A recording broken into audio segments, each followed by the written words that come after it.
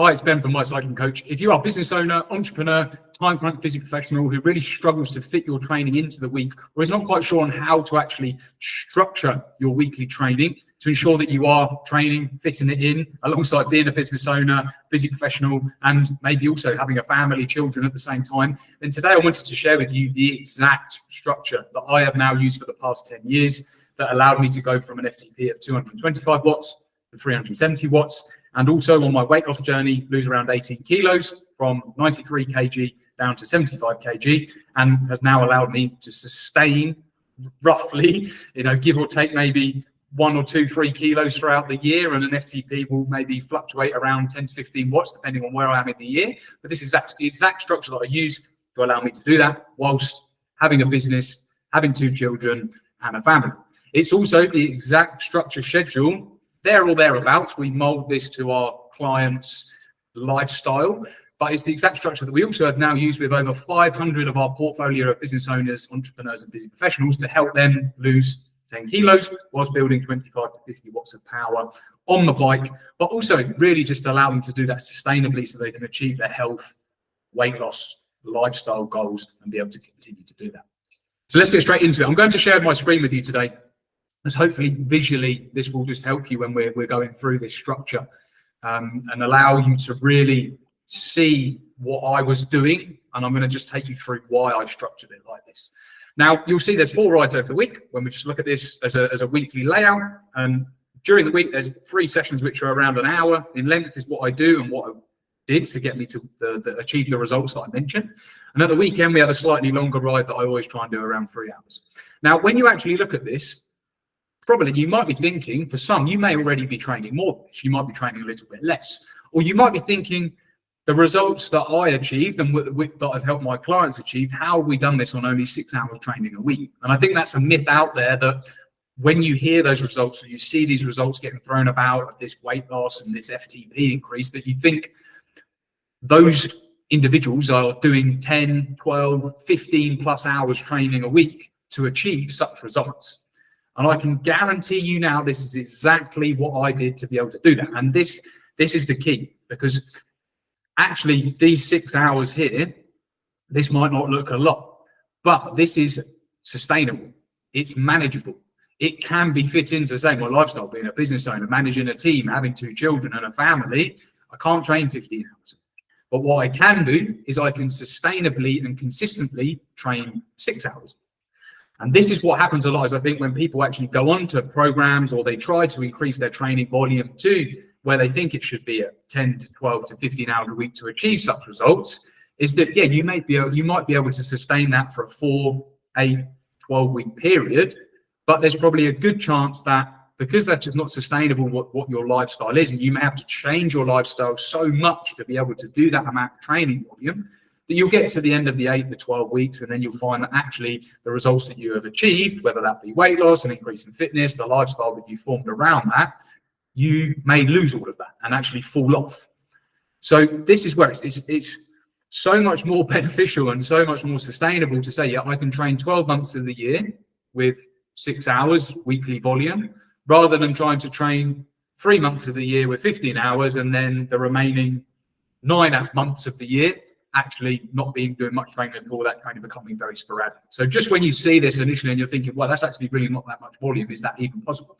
The key here is 6 hours consistently done over the year will get you much greater gains, rather than just trying to do it really hard for 3 months and then obviously losing it again. So let's dive into this structure.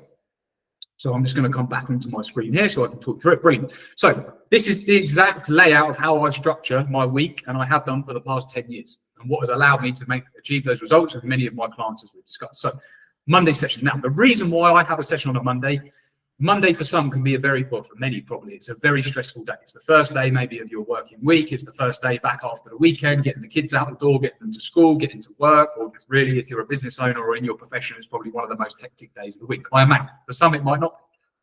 Now, this was also the case for me.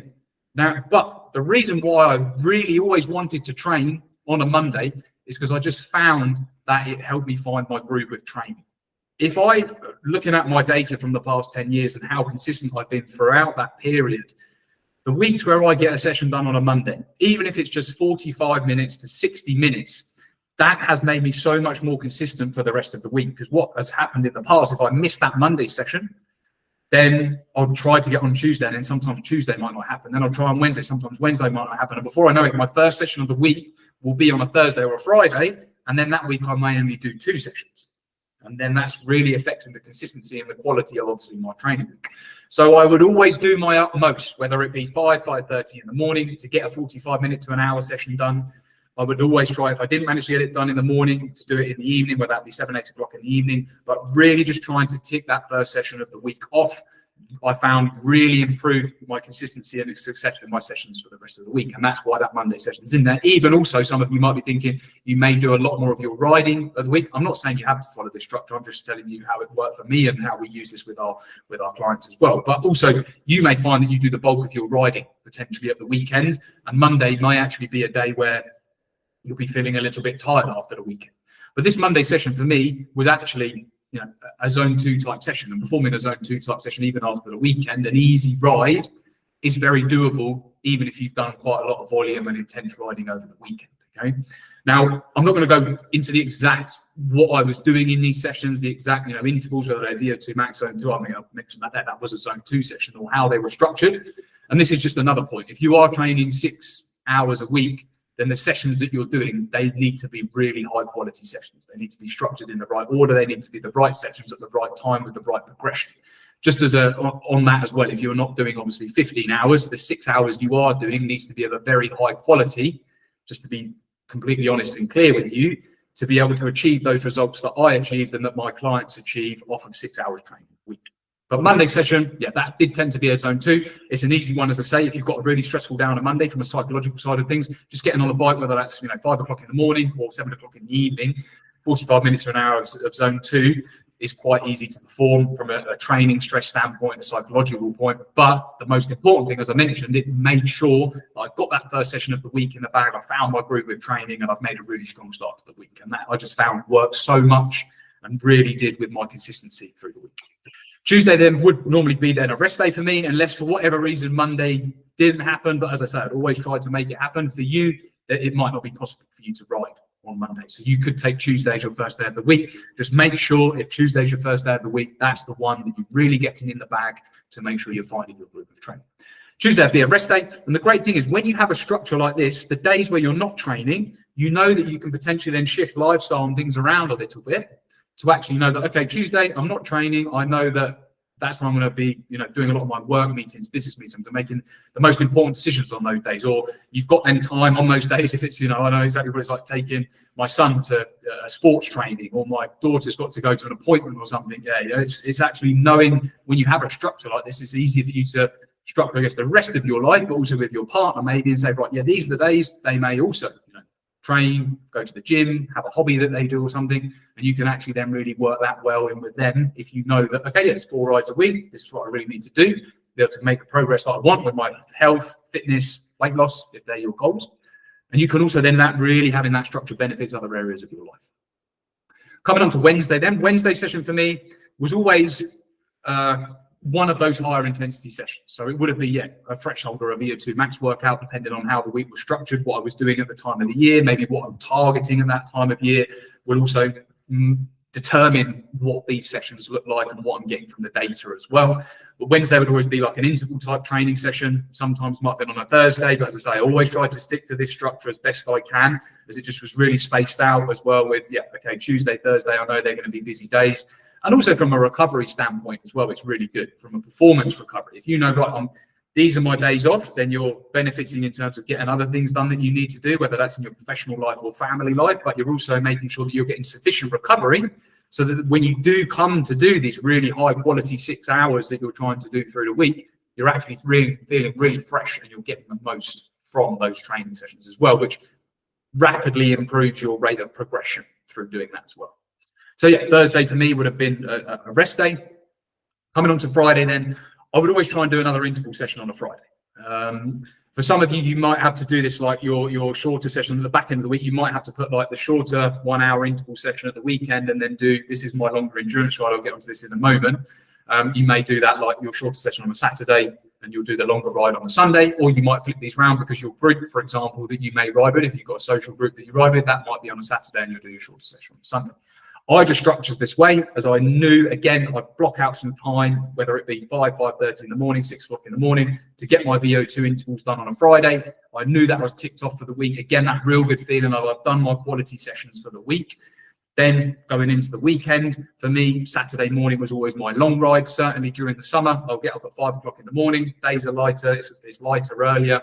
Always look forward to that ride. I knew that if I got out the door at 5:30, 6 o'clock, and I'd always try and do a minimum of 3 hours. If I get out at 6, 7, 8, 9, that puts me back in the house at 9 o'clock. And then from that point, I know that I've done all of my training for the week, and I've got the rest of the weekend to be there for the family, spend time with the family, get stuff done at home, or whatever it might be, social occasions, or if there's anything else in there that he's doing.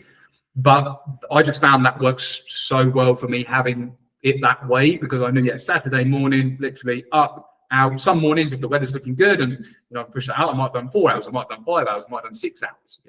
But even so, getting up at that time and getting out and doing your riding at that time, if you're able to do that, puts you back in at home for mid-morning on a Saturday, and then that's it. You've done your 4 rides for the week, and that's I found a great feeling as well.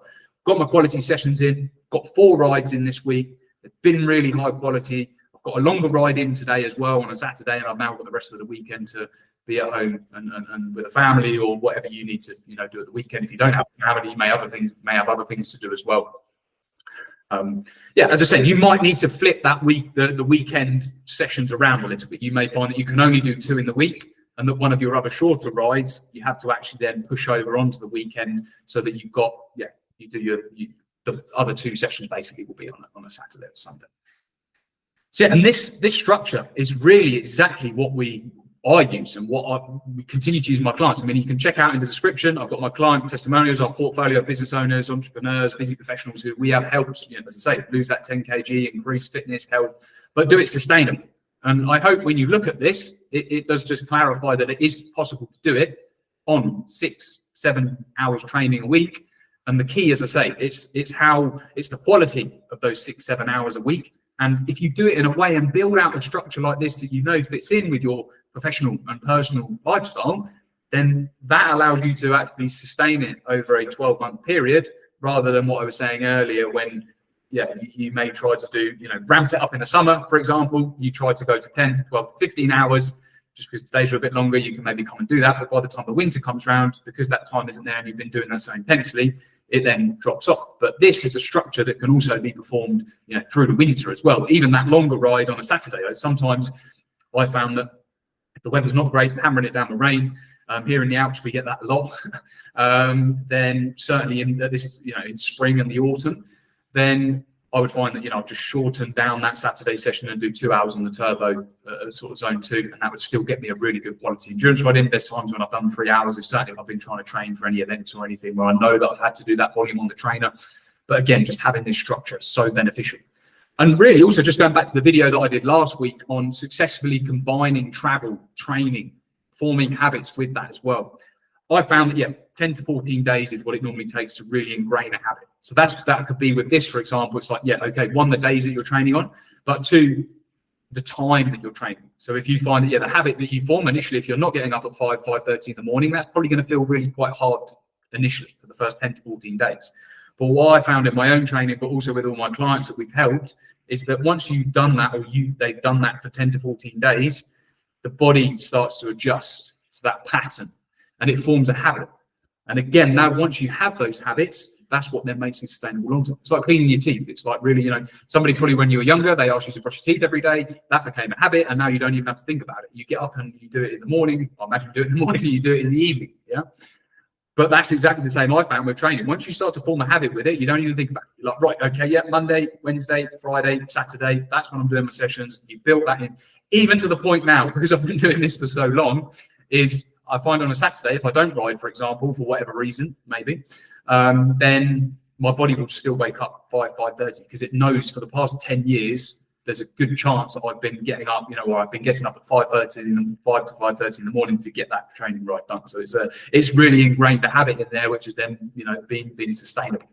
Just quickly on this, going back to the video from last week with the travel, the great thing about this structure as well, guys. So when an early form of the business that we were offering training camps around Europe with clients, and I could be away for 3, 4, 5 days at a time, sometimes even 14-day blocks every single month. Okay, and this would be quite disruptive. And I wasn't always doing the sport, the training, the coaching myself. I was doing a lot more of the managing, the camps, the business side of it and things there. I'm still involved with the coaching, but I had a team doing that with me as well, and they were doing some of the delivery there as well. And I wasn't always potentially actually doing the training. So I tried to train whilst I was away, but sometimes that might not always happen. I just couldn't fit it in. I did give some tips last week on how I did manage that with training and nutrition while I was away to still lose that weight, build my fitness, and now stay where I am, give or take, as I say, a few kilos and a few watts, depending on the time of year. But the great thing is when you have this structure, you can come back to it after a trip. So I always find, let's just say I was away from a Monday to a Friday, or we used to sometimes be away for a week, like a Monday to a Sunday. Early on in my journey, when I didn't have a structure like this in place or that formed these habits, I'd come back on a Sunday evening, for example. And then because I didn't have a structure, I'd say, yeah, I'm going to get back on the bike on Monday. I'm going to get back on the bike on Tuesday. I'm going to get back on the bike on Wednesday, Thursday. And it'd be actually maybe not into the next weekend until I actually started training again. But the great thing is when you have a structure and you have something set like this in place is that, yeah, I'm back on Sunday evening, but because I've got this structure, I form these habits, I'm going to be back on the bike tomorrow morning or tomorrow Monday evening, no matter what happens. As I say, even after that's a 45-minute to a 60-minute zone 2 session. And just by having that structure in place, wherever there might be some disruption, that's fine, because you know that you're coming back to structure, consistency, and habits that you formed, which then again makes it sustainable long term. Whereas if you travel a lot, you're coming back and you're just falling back into maybe a normal routine where you're just maybe don't have a structure or drifting a little bit with your training and nutrition or on a plateau with it, then that's where that will just continue to happen without that. So really try giving this a go. I hope that's helped. As I say, there's some testimonials in the description below.